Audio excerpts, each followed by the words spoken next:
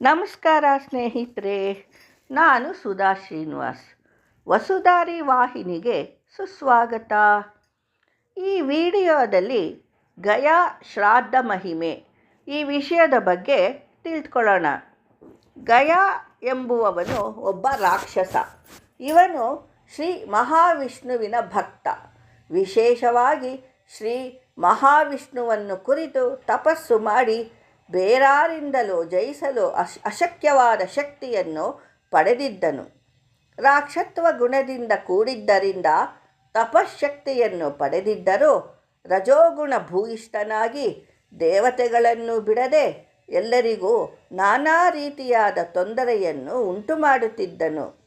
ಇವನ ಹಿಂಸೆಯನ್ನು ಸಹಿಸಲಾರದೆ ದೇವತೆಗಳು ಶ್ರೀ ಚತುರ್ಮುಖ ಬ್ರಹ್ಮದೇವರಲ್ಲಿ ಏನಾದರೂ ಮಾಡಿ ನಾಶಪಡಿಸಬೇಕೆಂದು ಮೊರೆಯಿಟ್ಟರು.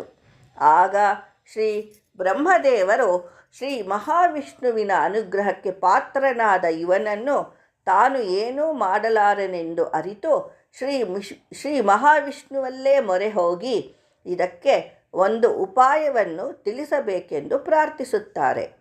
ಆಗ ಶ್ರೀ ಮಹಾವಿಷ್ಣುವು ತನ್ನ ಭಕ್ತನಾದ ಗಯಾಸುರನ ವಿಷಯದಲ್ಲಿ ವಿಶೇಷವಾದ ಕೃಪೆಯಿಂದ ಕೂಡಿದವನಾಗಿ ಹಾಗೂ ತನ್ನಲ್ಲಿ ಶರಣು ಹೋದ ಶ್ರೀ ಚತುರ್ಮುಖ ಬ್ರಹ್ಮಾದಿಗಳಿಗೂ ಇಬ್ಬರಿಗೂ ಅನುಗ್ರಹ ಮಾಡುವ ಸಲುವಾಗಿ ಶ್ರೀ ಮಹಾವಿಷ್ಣುವು ಒಬ್ಬ ಬ್ರಾಹ್ಮಣನ ವೇಷವನ್ನು ಧರಿಸಿ ಗಯಾಸುರನ ಬಳಿ ಹೋಗಿ ತಾನು ಒಂದು ಮಹತ್ತರವಾದ ವೈಷ್ಣವ ಯಜ್ಞವನ್ನು ಮಾಡಬೇಕೆಂದು, ಅದಕ್ಕೆ ಸ್ಥಳ ಯಾವುದೂ ಸಿಗದಿರುವುದರಿಂದ ಎಲೈ ಗಯನೇ, ನೀನೇ ಅಂತಹ ಸ್ಥಳವೊಂದನ್ನು ತೋರಿಸಿಕೊಡಬೇಕೆಂದು ಹೇಳಿದನು.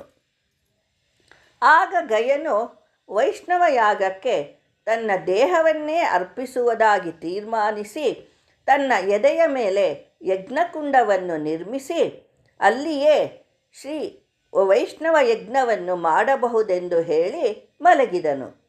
ಆ ಕೂಡಲೇ ಚತುರ್ಮುಖ ಬ್ರಹ್ಮದೇವರು ಅವನ ಎದೆಯ ಮೇಲೆ ಹಾಸುಗಲ್ಲನ್ನೊಂದು ಇಟ್ಟು ಅದರ ಮೇಲೆ ಯಜ್ಞಕುಂಡವನ್ನು ನಿರ್ಮಿಸಿದರು.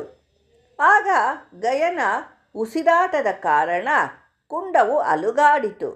ಅದನ್ನು ಕಂಡ ಬ್ರಹ್ಮದೇವರು ಕುಂಡವನ್ನು ಸ್ಥಿರಗೊಳಿಸಿಕೊಡಬೇಕೆಂದು ಶ್ರೀಹರಿಯಲ್ಲಿ ಪ್ರಾರ್ಥಿಸಿದನು. ಅದೇ ಸಮಯದಲ್ಲಿ ತನ್ನ ಮೇಲಿನ ಭಕ್ತಿಯಿಂದ ದುಷ್ಟವಾದ ರಾಕ್ಷಸ ಜನ್ಮದಲ್ಲಿ ಹುಟ್ಟಿದ್ದರೂ ತನ್ನ ಮರಣವನ್ನೇ ಲಕ್ಷ್ಯ ಮಾಡದೆ ಯಜ್ಞಾರ್ಥವಾಗಿ ತನ್ನ ದೇಹವನ್ನೇ ಅರ್ಪಿಸಿದ ತನ್ನ ಭಕ್ತನಿಗೆ ಶಾಶ್ವತವಾದ ವೈಕುಂಠ ಲೋಕವನ್ನೇ ಅನುಗ್ರಹಿಸಿ ಕೊಡಬೇಕೆಂದು ತೀರ್ಮಾನಿಸಿ ತನ್ನ ಬಲಪಾದವನ್ನು ಅವನ ಎದೆಯ ಮೇಲಿರುವ ಯಜ್ಞಕುಂಡದಲ್ಲಿಟ್ಟು ನಿಂತುಕೊಂಡನು. ಹಾಗೂ ತನ್ನ ನಿಜ ಸ್ವರೂಪವನ್ನು ತೋರಿಸಿಕೊಂಡನು.